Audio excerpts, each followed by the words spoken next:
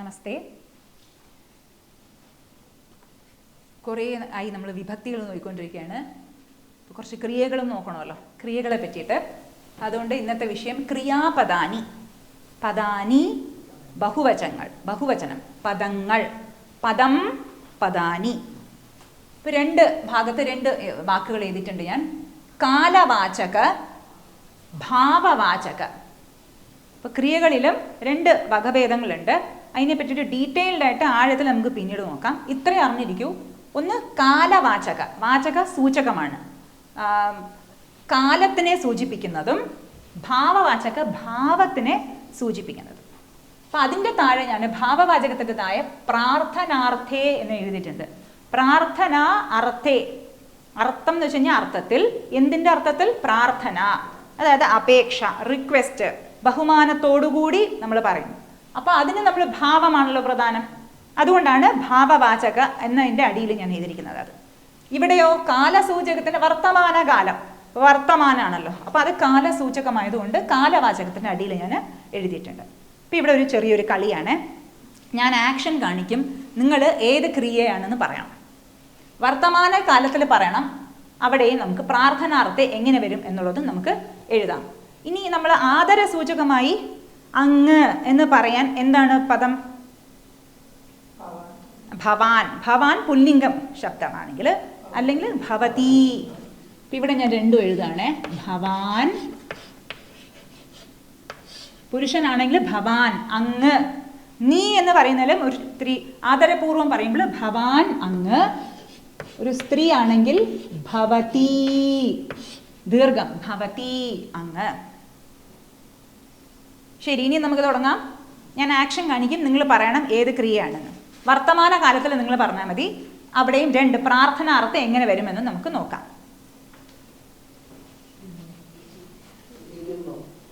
ഇരുന്നു സംസ്കൃതത്തിൽ ഉപവിശതി. ഉപവിശതി. അധ്യാപിക ഉപവിശതി. അപ്പോൾ വർത്തമാന കാലത്തിൽ എന്ത് വരും? അധ്യാപിക ഇരിക്കുന്നു. അപ്പോൾ ഉപവിശതി. ഏത് ക്രിയയാണ്? ഇരിക്കുന്നു. മലയാളത്തിലല്ല, സംസ്കൃതത്തിൽ. അപ്പോൾ ഇരിക്കുന്നു, ഉപവിശതി, ഇരിക്കുന്നു. ഇനി ഞാൻ അങ്ങിരിക്കൂ എന്ന് പറയാണ്. അപ്പം അത് ഭാവമാണല്ലോ പ്രധാനം. അങ്ങിരിക്കൂ. അപ്പം അതിന് നമ്മൾ ഈ തീ മാറ്റിയിട്ട് തൂ എന്നിടും. ഉപവിശതു. ഉപവിശതു.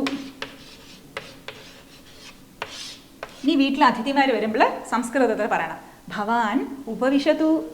അപ്പം അവർ അന്തമിട്ട് നോക്കിയിരിക്കുക, എന്താ വട്ടായെന്ന് തോന്നുന്നു സംസ്കൃതം പഠിച്ച്. ഭവതി ഉപവിശതു, ഇരുന്നാലും. ശരി, അപ്പം ഞാൻ ഇരുന്നു കേട്ടോ. ഉപവിശതി. ഉത്തിഷ്ഠതി. അധ്യാപിക ഉത്തിഷ്ഠതി. ഇപ്പം എഴുന്നേൽക്കുന്നു. ഉത്തിഷ്ഠതി. അവിടെ എന്ത് വരും? പ്രാർത്ഥനാർത്ഥയിൽ ഭവാൻ ഉത്തിഷ്ഠതു. ഉത്തിഷ്ഠതു. തീ മാറ്റിയിട്ട് അവിടെ തു. ഉത്തിഷ്ഠതു.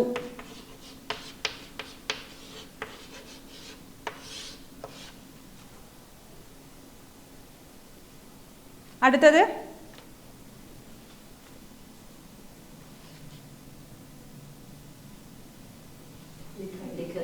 ലിഖതി. ഞാൻ എഴുതുന്നു. അധ്യാപിക ലിഖതി.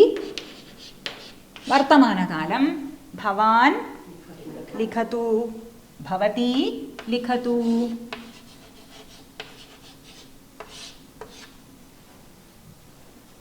അടുത്തത്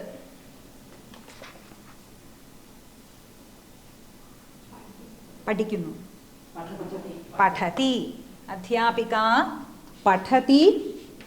ഭവാൻ പഠതു. ഭവതി പഠതു.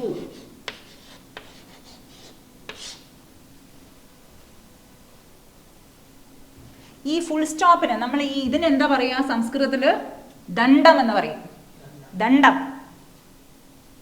സാധാരണ ശ്ലോകത്തിലൊക്കെ പദരൂപമായിട്ട് വരുമ്പോൾ രണ്ട് ഇത് വരും. ഒരു സ്ഥലത്ത് കോമയും ഒരു സ്ഥലത്ത് ഫുൾ സ്റ്റോപ്പ്. അപ്പോൾ കോമ ഇടുന്ന സ്ഥലത്ത് ഒരു ദണ്ഡവും അവസാനം രണ്ട് ദണ്ഡം കൂടി നമ്മൾ ഇടും. ശരി, അടുത്ത്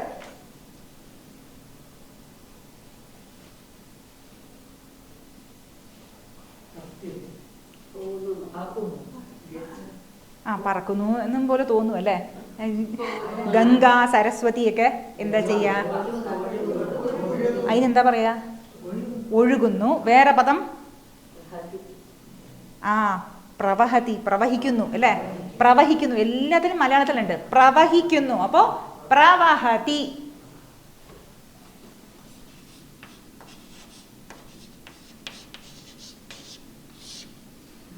ഇനി ഗംഗയോട് പറയാണ് ബ്രഹ്മദേവൻ, ഭവതി പ്രവഹതു, ഒഴുകിയാലും പ്രവഹതു.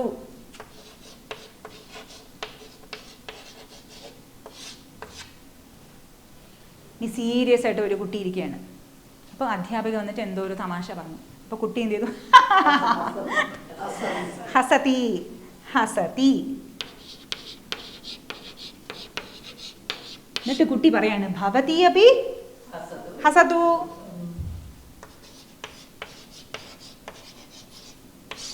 കുറേ ചിരിച്ചു കഴിഞ്ഞാൽ എല്ലാവരും പറയും അധികം ചിരിക്കണ്ട കേട്ടോ, എന്ത് ചെയ്യും? കരയുന്നു അല്ലേ. എന്താ പറയാ? രോദിതി.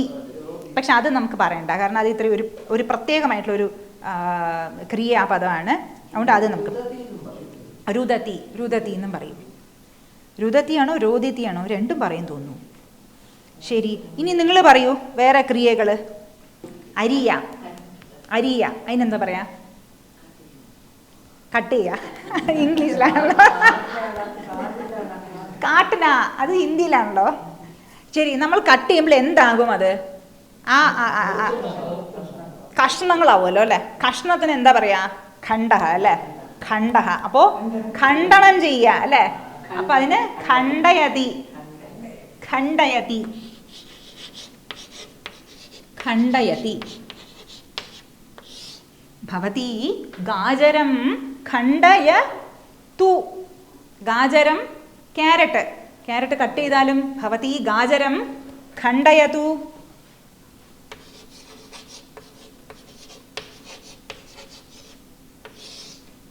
ഇനി ഞാൻ എന്ത് ചെയ്യുന്നു? സ്മരതി, ഓർക്കുന്നു. അപ്പം സ്മരതി. ഞാൻ പായസത്തിനെ ഓർക്കുന്നു, സ്മരിക്കുന്നു. അപ്പം ഭവതി അപി സ്മരതു, സ്മരതു. ഷുഗർ ഉണ്ടെങ്കിൽ അവർ പറയും പായസത്തെ ഞാൻ സ്മരിക്കില്ല, ഞാൻ കാരവെല്ലം സ്മരാമി. എന്താണ് കാരവെല്ലം?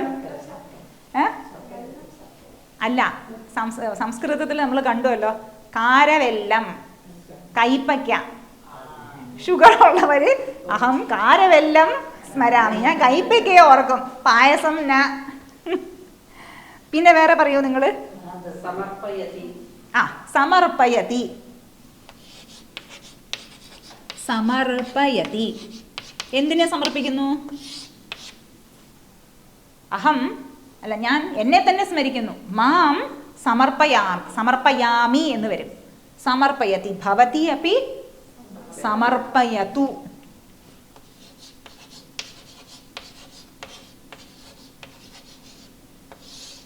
വേറെ രക്ഷതി.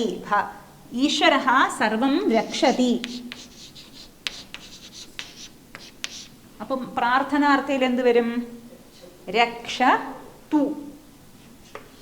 ഭവതി രക്ഷതു, പുത്രം രക്ഷതു, ശിഷ്യം രക്ഷതു, ഛാത്രം രക്ഷതു. വേറെ നൃത്യതി, നർത്തനം ചെയ്യുന്നു. നൃത്യതി. ശിവഃ കൈലാസേ നൃത്യതി, പാർവതി അപി നൃത്യതി, അതഃ ഭവതി അപി നൃത്യതു.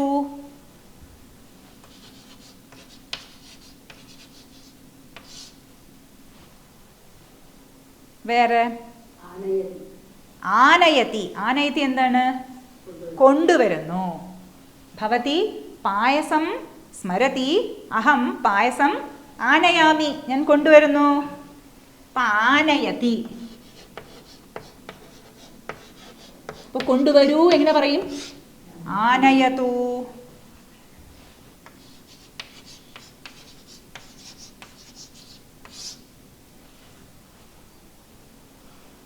ഇനി നമുക്ക് കേരളത്തിൻ്റെ ഒരു പ്രിയപ്പെട്ട ഒരു സാധനം എന്താണ്? അവിയൽ. അവിയൽ എങ്ങനെ ഉണ്ടാക്കാം നമുക്ക് സംസ്കൃതത്തിൽ സംഭാഷണത്തിലൂടെ നമുക്ക് നോക്കാം. അവിയൽ എല്ലാവർക്കും ഇഷ്ടമാണല്ലോ അല്ലേ? എന്തുകൊണ്ടാണ് ഇഷ്ടം? അതെല്ലാം ഉണ്ട്. അതുകൊണ്ട് ഒരു ഇതിൽ എല്ലാ പോഷണവും കിട്ടും നമുക്ക്.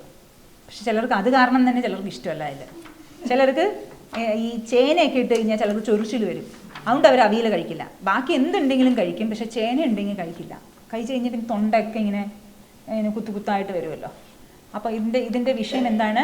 ഇത് ഞാൻ എടുത്തിരിക്കുന്നത് സരള സംസ്കൃത പരീക്ഷ പുസ്തകം 3-ാമത്തെ പുസ്തകത്തിൽ നിന്നാണ്. അപ്പം നിങ്ങൾക്ക് ഈ തുടക്കത്തിൽ നിന്ന് തന്നെ സംസ്കൃതം പഠിക്കാൻ താല്പര്യമുള്ളവർക്ക് ഞാൻ നേരത്തെയും പറഞ്ഞിട്ടുണ്ടായിരുന്നു, വിശ്വസംസ്കൃത പ്രതിഷ്ഠാനത്തിൻ്റെ സരള സംസ്കൃത പരീക്ഷ എന്ന് പറഞ്ഞ് 4 ബുക്കുകളുണ്ട്. നല്ല രസമുള്ള ബുക്കുകളാണ്. ഇവിടെ കൊടുങ്ങല്ലൂരിൽ അവരുടെ സ്ഥാപനമുണ്ട്. ഇവിടെ ട്രിവാൻഡ്രത്തും ഉണ്ടാവും. പക്ഷേ വെബ്സൈറ്റിൽ പോയി കഴിഞ്ഞാൽ ഇവിടെ നിന്ന് നമുക്ക് ഓൺലൈൻ വഴി തന്നെ ഇത് ബുക്ക് ചെയ്യാം.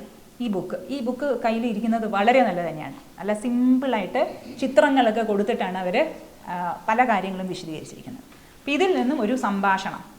അരേ അവിയൽ, അരേ പറയാണ്, ഇന്ന് അവിയലാണ്. എന്താണ് എന്ന് നമുക്ക് നോക്കാം.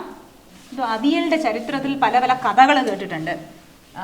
ഭീമൻ ഒരിക്കൽ വിശന്നിരിക്കുകയായിരുന്നു. അപ്പം പ്രത്യേകിച്ചൊന്നും മലക്കറികളൊന്നും ഇല്ലായിരുന്നു. അതുകൊണ്ട് എന്ത് ചെയ്തു? ഉള്ള മലക്കറികളൊക്കെ കൂടി ചേർത്തിട്ട് ഒരു സാധനം ഉണ്ടാക്കി. അതിനെന്താ പേര്? അതിന് അവിയൽ. അങ്ങനെ വന്നു എന്ന്. അതുപോലെ നമ്മൾ പല സാധനങ്ങളൊക്കെ കൂട്ടിച്ചേർത്ത് വെച്ച് കഴിഞ്ഞാൽ നമ്മൾ പറയൂ എല്ലാം അവിയൽ പരുവായല്ലോ. അതുപോലെ നമ്മുടെ ഉള്ളിലും പല സാധനങ്ങളും നമ്മൾ പഠിക്കുന്നു. അപ്പോൾ ഒന്നും ഒരു ഇതുമില്ല, എല്ലാം കൂടെ അവിയലായി നമ്മൾ പറയുമല്ലോ. അവിയൽ. ദൂരദർശനെ പാകവിധി. ദൂരദർശനെ TV-യിൽ പാകവിധി, പാചകത്തിലുള്ള വിധി. എന്താണ് അതിന് രീതി? കുട്ടികൾ തമ്മിൽ മത്സരമാണ്. ഇപ്പം എല്ലാ റിയാലിറ്റി ഷോ ഉണ്ടല്ലോ. പാടാൻ റിയാലിറ്റി ഷോ, ഡാൻസ് കളിക്കാൻ, പാചകത്തിന്, സ്കേറ്റിങ്ങിന്, നല്ല മമ്മി. എന്താണ്? ഗുഡ് മമ്മിയോ? അല്ല, എന്താ അങ്ങനത്തെ ഒരു സീരിയലുണ്ട്. പിന്നെ ഗുഡ് മമ്മിയും ഗുഡ് ഡോട്ടറും പുത്രിയും, അങ്ങനെയുള്ള എത്ര റിയാലിറ്റി ഷോ ആണ്. അപ്പം ഇതിൽ നിർവാഹകനും അതിഥിയും തമ്മിലുള്ള ഒരു സംഭാഷണമാണ്. അപ്പം നിർവാഹകൻ പറയാണ്, അദ്യ കേരളസ്യ വിശിഷ്ടസ്യ അവിയൽ ഇതി വ്യഞ്ജനസ്യ നിർമ്മാണം കുർമഃ. അദ്യ എന്ന് വെച്ച് കഴിഞ്ഞാൽ ഇന്ന്. അദ്യ നമുക്ക് അറിയാത്ത പദങ്ങൾ ഒന്ന് എഴുതാം. അദ്യ ഇന്ന്. കേരളസ്യ നമ്മൾ ഷഷ്ടി വിഭക്തി പഠിച്ചുവല്ലോ. കേരളസ്യ രാമസ്യ മാതാ കൗസല്യ. അപ്പോൾ കേരളസ്യ എന്ന് പറയുമ്പോൾ കേരളത്തിൻ്റെ, വിശിഷ്ടസ്യ പ്രത്യേകിച്ചും എന്താണ്? അവിയൽ. ഇതി അവിയൽ എന്ന് പറയുന്ന വ്യഞ്ജനസ്യ വ്യഞ്ജനത്തിൻ്റെ നിർമ്മാണം കുർമഃ ചെയ്യാം. എങ്ങനെയാണ് ചെയ്യുക? മഹോദയേ, വന്നിരിക്കുന്ന അതിഥി ഒരു സ്ത്രീയാണ്, അതുകൊണ്ട് മഹോദയേ എന്ന് വിളിക്കാണ്, സംബോധന ചെയ്യാണ്. മഹോദയേ ഏതസ്യ നിർമ്മാണാർത്ഥം കിം ആവശ്യകം? ഏതസ്യ ഇതിൻ്റെ, എന്തിൻ്റെ? അവിയലിൻ്റെ. നിർമ്മാണാർത്ഥം നിർമ്മാണത്തിന് വേണ്ടി. കിം ആവശ്യകം? എന്തൊക്കെയാണ് ആവശ്യം? ഇപ്പം അതിഥി പറയാണ്, വിളിച്ച ആളാണ് ചെയ്യേണ്ടത് പാചകം. ഇപ്പോൾ ഏതോ നോർത്ത് ഇന്ത്യയിലെ ഒരു ഇതാണ്, സീരിയലാണ്. അപ്പോൾ സൗത്ത് ഇന്ത്യയിൽ നിന്ന് ഒരാളെ വിളിച്ചിരിക്കുകയാണ്. അപ്പോൾ സൗത്ത് ഇന്ത്യയിലെ സ്പെഷ്യൽ അവിയൽ. ശാഖാഹ ആവശ്യകാഹ. ശാഖാഹ മലക്കറികൾ. ആവശ്യം എന്തൊക്കെയാണ്? ഷിഗ്രുഹു. നമ്മൾ കണ്ടായിരുന്നു ഇത്. ഷിഗ്രുഹു എന്താണ്? ഓർമ്മയുണ്ടോ? മുരിങ്ങക്ക. മുരിങ്ങയ്ക്കായ്ക്ക് ഷിഗ്രുഹു എന്ന് പറയും. ഷിഗ്രുഹു. നമ്മൾ ഷിഗ്രുഹു ഇതിനു മുൻപ് കണ്ടിട്ടുണ്ട്.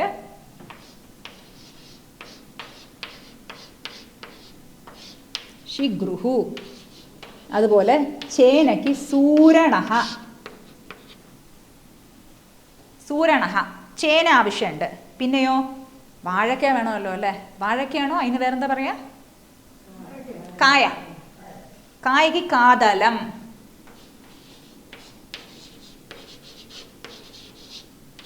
കായ കാതലം.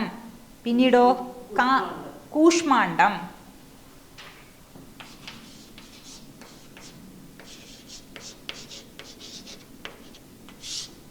ഗാജരം. ഗാജരം, ഗാജർ കാ ഹൽവ എന്ന് നമ്മൾ പറയുമല്ലോ ഹിന്ദിയിൽ. ക്യാരറ്റ് ഹൽവ. ഗാജരം ഏവം ഇപ്രകാരം ബഹുവിധാഹ ശാഖാഹ പല പ്രകാരത്തിലുള്ള മലക്കറികൾ. ഇപ്പൊ നിർവാഹകൻ പറയാണ് ഏതാവത് പര്യന്തം, ഇത്രയും മതിയോ, ഇത്രയുള്ളോ? അപ്പൊ അതിഥി ന കഴിഞ്ഞിട്ടില്ല കേട്ടോ. നമ്മൾ ചോദ്യത്തിന് ഉത്തരം നോ ആണെങ്കിൽ ന എന്ന് പറയും സംസ്കൃതത്തിൽ. യെസ് ആണെങ്കിൽ ആം. യെസ്, നോ, ഉവ്, ആം, ഇല്ല, ന. പിന്നെ ഞാൻ നേരത്തെ ഇതിന് മുൻപും ക്ലാസ്സിൽ സൂചിപ്പിച്ചിട്ടുണ്ടായിരുന്നു. ഇപ്പം നമ്മൾ മെസ്സേജ് ഒക്കെ ഇടുമല്ലോ, ഓക്കെ ഓക്കെ ഓക്കെ, അതിനെന്താ പറയുക? അസ്തു. അസ്തു എന്നാൽ അങ്ങനെ ആവട്ടെ. അസ്തു അസ്തു അസ്തു അങ്ങനെ ആവട്ടെ. ശരി കേട്ടോ, അങ്ങനെ ആവട്ടെ. അപ്പം ചിലർ ഈ കോഴിക്കോട് നിന്ന് വന്നവരെ കളിയാക്കും. അങ്ങനെ ആവട്ടെ കോഴിക്കോട്ടെ, അവരെ എപ്പോഴും അങ്ങനെ ആവട്ടെ. അപ്പം അതിഥി പറയാണ് ഇത്ര മാത്രം പോരാ, മലക്കറി മാത്രം പോരാ, പിന്നെന്ത് വേണം? നമ്മുടെ പ്രിയപ്പെട്ട നാരികേലം വേണമല്ലോ. തേങ്ങ ഇല്ലാതെ വേറെ ഒന്നും ഇല്ലല്ലോ അല്ലേ പരിപാടി. നാരികേലം, അത് മലയാളത്തിലും നാരികേലം തന്നെയല്ലേ പറയാം നമ്മൾ. നാളികേരം. ജീരകം അതറിയാലോ, സംസ്കൃതത്തിൽ ജീരകം തന്നെയാണ്. ഹരിത മരിച്ചം, പച്ചമുളക്. ഹരിത മരിച്ചം പച്ചമുളക്. ഹരിത പച്ച, മരിച്ചം മുളക്. ദധി തൈര് വേണമല്ലോ അല്ലേ. ചിലർ തൈര് ഉപയോഗിക്കില്ല, പക്ഷെ നമ്മൾ തൈര് ഉപയോഗിക്കുമല്ലോ. ദധി തൈര്. ജീരകം ഹരിത മരിച്ചം.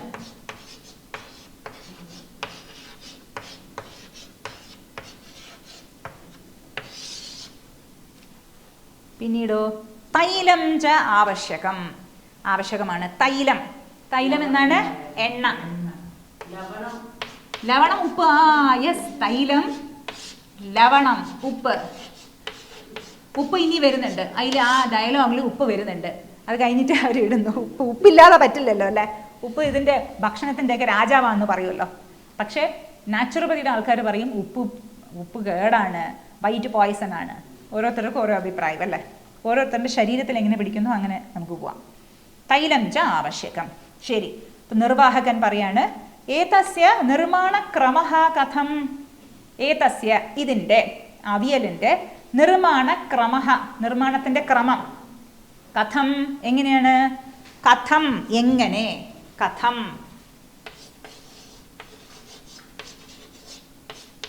കഥം ഇങ്ങനെ. ഇപ്പൊ പറയാണ്, ഇനിയാണ് ക്രമം പറയാൻ പോകുന്നത്. അതിഥി പറയാണ്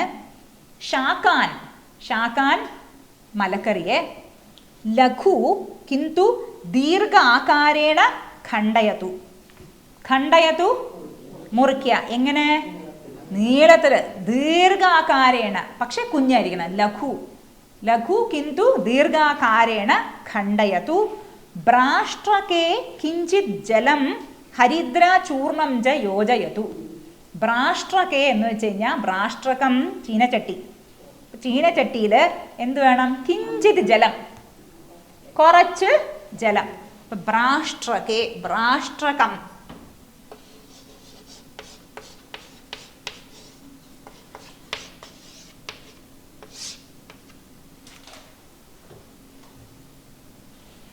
കിഞ്ചിത് ജലം. പിന്നീടോ ഹരിദ്രാചൂർണം. എന്താണ് ഹരിദ്രാചൂർണം? മഞ്ഞപ്പൊടി ചൂർണം. ഹരിദ്രാചൂർണം ച യോജയതു, യോജിപ്പിക്കുക, മിക്സ് ചെയ്യുക. ഹരിദ്രാചൂർണം മഞ്ഞപ്പൊടിക്ക്.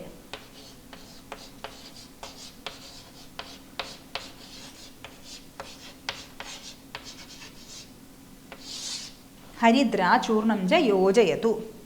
പിന്നീടോ അനന്തരം അങ്ങ് പറഞ്ഞതുപോലെ ലവണം ച യോജയതു. ലവണം, ഉപ്പ്. അനന്തരം അതിനുശേഷം ഉപ്പും ചേർക്കണം. അതിൽ യോജയത്തു ചേർക്കണം. തദനന്തരം നാളികേരം മരീചം ജീരകം ച മിശ്രകേ പേഷയതു. മിശ്രകേ നമ്മൾ ഇതിനു മുൻപ് കണ്ടായിരുന്നു. മിക്സി, മിശ്രക, മിശ്രകം മിക്സി.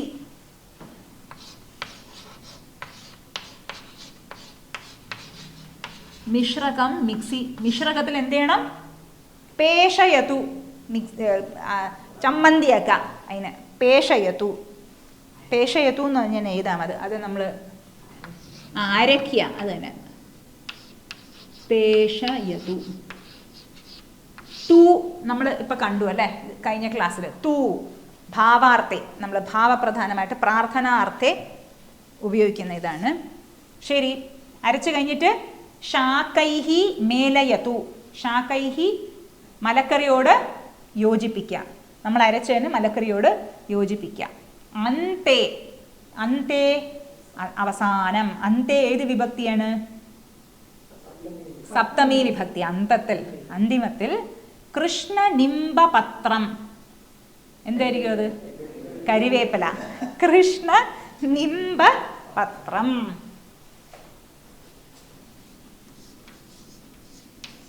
കൃഷ്ണനിംബപത്രം.